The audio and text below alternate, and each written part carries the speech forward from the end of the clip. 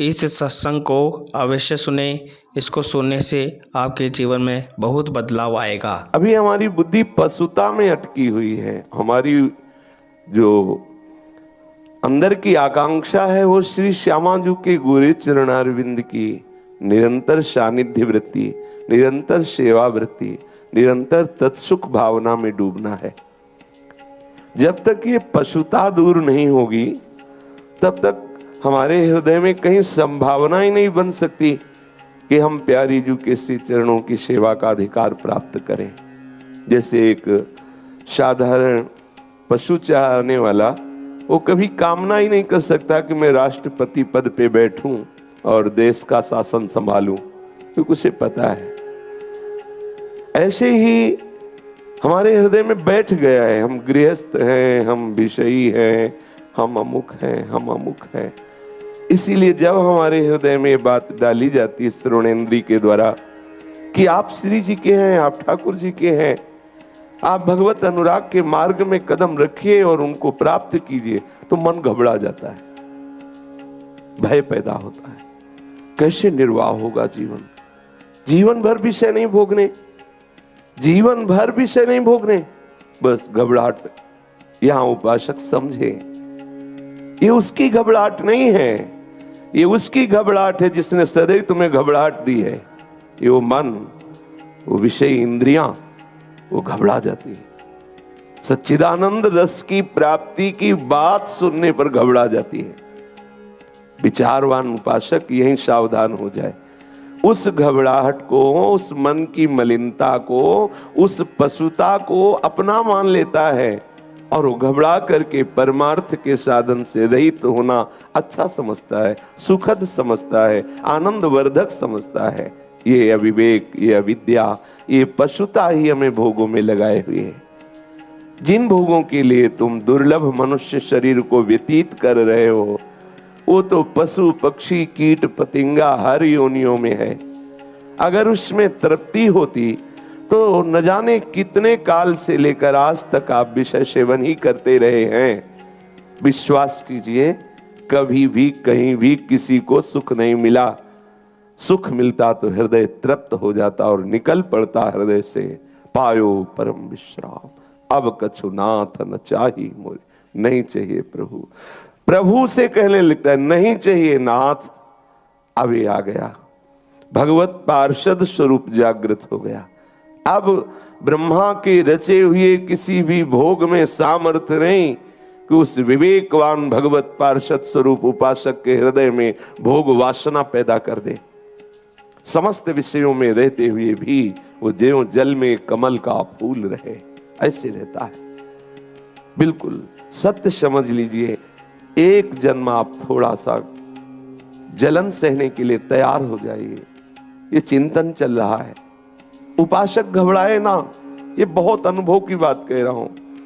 यदि आप जले तो हमारी लाडली जो आपकी जलन बुझाने के लिए बरसेंगी, वो आप उस वर्षा में भीगेंगे तो निहाल हो जाएंगे। बरसंत में उस सहजाद्भुत सौख्य धाराम श्री राधिका चरण रेणु महम स्मरामि।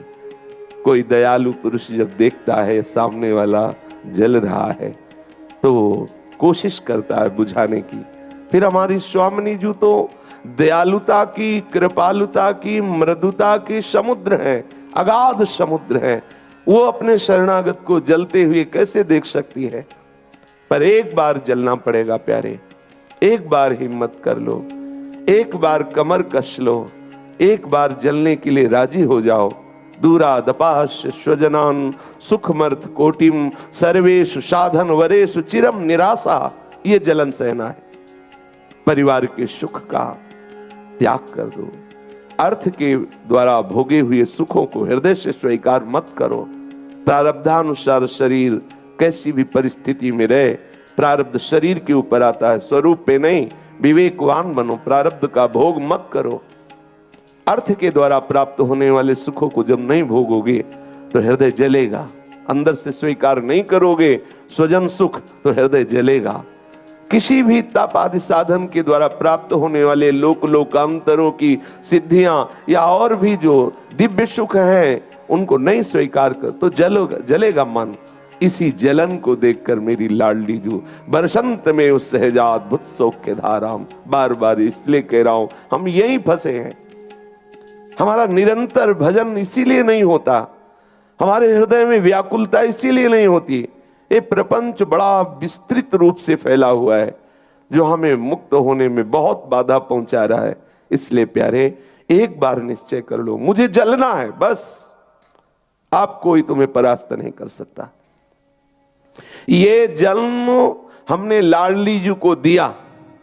अब इस जन्म में चाहे जितनी विपत्तियां, संकट या भोगों का सानिध्य या सुविधाएं या अनुकूल परिस्थितियां आवें, लेकिन मेरे चिंतन को नहीं रोक सकती।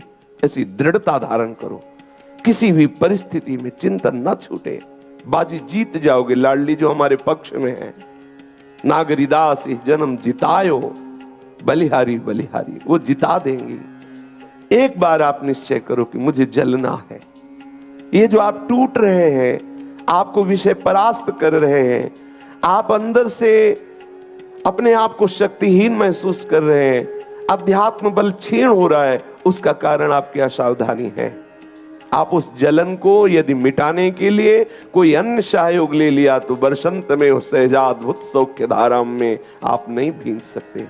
आप इस धारा में नहीं आ पाएंगे जो त्रिगुणातीत धारा है, कालातीत धारा है, अपार आनंद ही आनंद। इसके लिए आपको कहीं भी एकांत में भी अपनी आंतरिक जलन मिटाना नहीं है। बस ये आप निश्चय कीजिए, मुझे किसी भी विषय से अपने हृदय की जलन नहीं बुझानी, मुझे जलन बढ़ानी है। ये जलन इतनी बढ़ जाए कि मैं जी न पाऊं, असहनीय हो जाए और पुकार पड़ूं, लाडली अब जिया नहीं जा रहा। बस यही विरह का रूप धारण कर लेता है।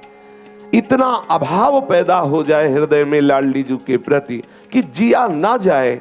अभी हमारे अंदर अभाव नहीं है, अभी विषयों का अभाव प्रतीत हो रहा है, श्री जी का नहीं हो रहा। देख लो, सत्यता से देख लो। अभी हमारे अंदर शरीर सुख, इंद्रिय सुख ही विश्राम भूमि लग रही है। अभी श्री राधा जुग चरण निवास ये विश्राम भूमि नहीं हृदय में जागृत हुई। मेरे लाडली जी के गोरे चरणारविंद अभी तक हृदय में स्फुरित नहीं हुए। कैसे जीऊं? रात दिन तुम्हारा हृदय इस बात के लिए जलने लगे, आपके हृदय में इतनी व्याकुलता बढ़ जाए कि आपका कहीं भी कोई भी धैर्य बंधा न पावे। कोई विषय, कोई व्यक्ति, कोई स्थान मेरे मन का रंजन न कर पावे। मेरा मन इस ऊंचाई पे चढ़े, किसी भी व्यक्ति के मिलने से, वस्तु के मिलने से, पद प्रतिष्ठा से, भोग से कहीं भी मेरा मन राजी न हो। वो जलता ही रहे। वो तभी राजी हो जब वैद्य संवरिया होए, प्यारे मिले, प्रीतम मिले। विश्वास कीजिए, हम यही टूट जाते हैं। कब तक झेलें, कब तक जलें? ये क्यों?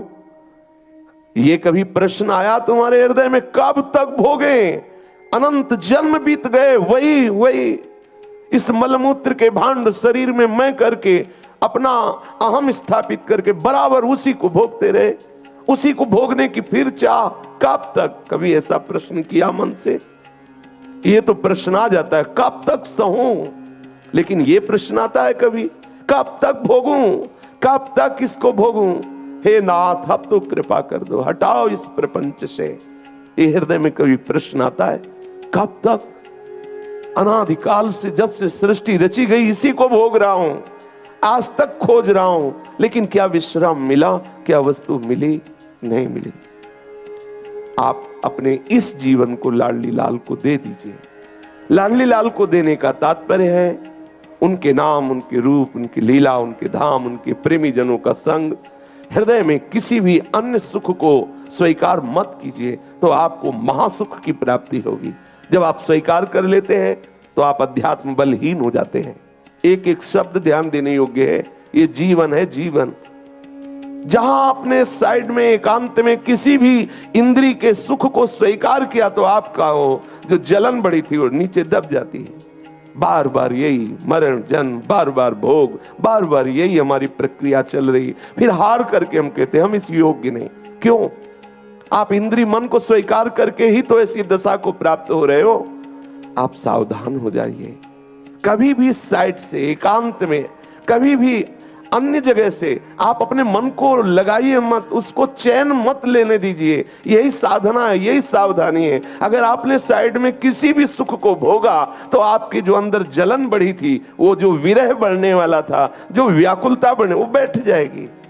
वो आपको लगता है बड़े चैन से जीवन कट रहा है। नहीं चाहिए ऐसा चैन, ऐसा नहीं चाहिए चैन, ऐसा नहीं चाहिए विश्राम, ऐसी नहीं चाहिए शांति जिसमें कुछ क्षण बाद फिर एक नवीन तृष्णा, फिर एक नवीन वासना, फिर एक नवीन जन्म, फिर एक नवीन कर्म। कब तक ये चक्र चलता रहेगा? कभी तो विचार करो, थोड़ा एकांत में बैठ करके विचार करो। समाज में हम अपने को साधक साबित करते हैं और एकांत में हम अपनी उस आंतरिक अध्यात्म बल शक्ति को क्षीण करते हैं। सावधान, आपके हृदय की जलन बढ़नी चाहिए, इस बात पर ध्यान दीजिए। भगवत प्राप्ति के लिए मुझे जलन चाहिए, मुझे प्रतिकूलता चाहिए, मुझे विपरीत परिस्थिति चाहिए, तभी हम अत्यंत वैरागी होकर अंदर से भगवत अनुराग के लिए तभी हमारा हृदय पुकारेगा, हे दीन बंधु, हे अनाथों के नाथ, स्वीकार कर लो, अब जिया नहीं जा रहा। ये बात समझिए, प्रवचन नहीं है, हृदय की बात कह रहा हूं। जब तक आप सुविधाओं का आंतरिक भोग करते रहेंगे तब तक बाहर नाटक चलता रहेगा और आप इनको महत्व देंगे, जमीन को महत्व देंगे, वस्तुओं को महत्व देंगे, पद प्रतिष्ठा प्रणाम नमस्कार, ये क्या स्वाप्निक विषय को महत्व देकर सच्चिदानंद रस से वंचित हो जाएंगे। एक बार हृदय की निष्ठा हो गई, पूरा विश्व आपको परास्त नहीं कर सकता, विश्वास कीजिए। हमारे हृदय में एक लगन लग जाए। आज के सत्संग की बात गांठ बैठ बांध लीजिए हृदय में कि बाहर से हमें अपने हृदय की जलन नहीं शांत करनी, नहीं स्वीकार करना किसी उस विषय को जिसमें मन राजी हो रहा है। हमें इसे राजी नहीं करना, इसका रंजन नहीं करना, इसका भंजन करना। ये जले, इसने जन्म जन्मांतर से प्रीतम से विमुख किया, ये जले। ये दुष्ट हमें न जाने कहां कहां भटकाया, न जाने कौन कौन सी कसमें खवाई, तोड़ाई, क्या क्या नहीं भ्रष्ट आचरण कराए। इसलिए अब नहीं, अब लो नशानी, अब नाम, अब नहीं हो सकता। निश्चय कर लो, तुम्हारे निश्चय में इतनी सामर्थ्य, तुम प्रभु के बच्चे हो, तुम अविनाशी सच्चिदानंद की शक्ति हो। उस पूर्णमदः पूर्णमिदं पूर्णात् पूर्णमुदच्यते पूर्णस्य पूर्णमादाय पूर्णमेवावशिष्यते, उस महापूर्ण शक्ति के तुम अंश हो, अर्थात पूर्ण शक्तिमान तुम भी हो, तुम उसी के बच्चे हो। केवल ध्यान दे दो अपने स्वरूप की तरफ।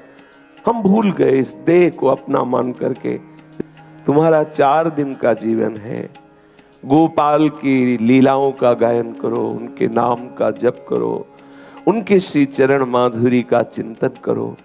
ये काल भुजंग फन फपकारे हुए बिल्कुल खड़ा है, पता नहीं किस समय उसका प्रहार हो और ये दिव्य दुर्लभ देह नष्ट हो जाए। दुर्लभ हो मानुषो देहो, पर ध्यान रखो, फन फैकारे हुए बिल्कुल फुंकार रहा है, एक क्षण में डस लेगा। दुर्लभो मानुषो देहो, पर देही नाम क्षण भंगुरा। ये क्षण भंगुर किसी भी समय नष्ट हो सकता है, इसलिए पहले से ही आप तैयार रहो छोड़ने के लिए। ये तुझे छोड़ेगा, अगर तुमने पहले से इसे नहीं छोड़ा शरीर को, तो ये राग तुम्हारे लिए नए नए बंधन तैयार कर देगा। ये तुम्हें जब छोड़ेगा ही, तो अभी क्यों ना तुम छोड़ दो, आप आनंदित हो जाओगे। इसी का राग तुम्हें भगवत विमुख किए हुए है। बहुत सावधानी की जरूरत है। ये जो तुम्हारे हृदय में विषय भोगने का लोभ है, और इसके लिए तुम जो कपट करते हो, कपट बाहर से कुछ और दिखाई देता है और अंदर तुम्हारे कुछ और है, इसे कपट कहते हैं। नहीं, प्रभु को सरल स्वभाव पसंद है। मोहि कपट छल छिद्र न भावा, कपटी मत बनो। यदि कपटी बने तो हरि कृपा का आप अनुभव नहीं कर सकते। ये इंद्रियों के लिए कपटी क्यों बन रहे हो? ये अंदर से तुम्हें प्रेरित कर रही भोगों के लिए, तो तुम इनका विरोध क्यों नहीं करते? ये जब से विरोध प्रारंभ हुआ तभी से हमारी साधना पुष्ट हुई, और जब हम इनके अनुकूल गए तो हमें विषयी बना दिया। आप समझो, पहले इसी का तो त्याग करना है। यही हमारे आनंद की घातक वृत्ति है, जो इंद्रियां विषयों में जा रही हो, आप उसमें राजी हो, और इतना राजी हो कि हरि गुरु से कपट करके आप समझते हो एकांत में कोई देख नहीं रहा। अरे तुम्हारे हृदय में बैठा हुआ वो देख रहा है। कैसे तुम उससे प्रीति प्राप्त करोगे? कैसे तुम सच्चिदानंद रस को प्राप्त करोगे? क्यों कपट कर रहे हो? नहीं सहा जाता तो रो उनके सामने, उनसे प्रार्थना करो, उनको पुकारो। कपट करके बाहर से कुछ और अंदर से कुछ और अपने जीवन को क्यों धोखे में डाल रहे हो? ये विषय भोगने का लोभ ही तुमसे कपट कराता है। तुम ऐसा समय क्यों दिए चिंतन करने का? जैसे आप अभी बैठे हुए हो, क्या विकार है? क्यों? क्योंकि आपने अपनी श्रवण इंद्रिय सहित मन को सत्संग में लगा दिया। तो आप एकांत में जब समय देते हैं, विषय चिंतन करते हैं, विषय स्फुरणा होती है, विषय संकल्प बनता है, तब विषय क्रिया होती है, फिर आप अध्यात्म बलहीन हो जाते हैं। आपके अंदर आध्यात्मिक उत्साह नहीं रह जाता। क्यों आप ऐसा करते हैं?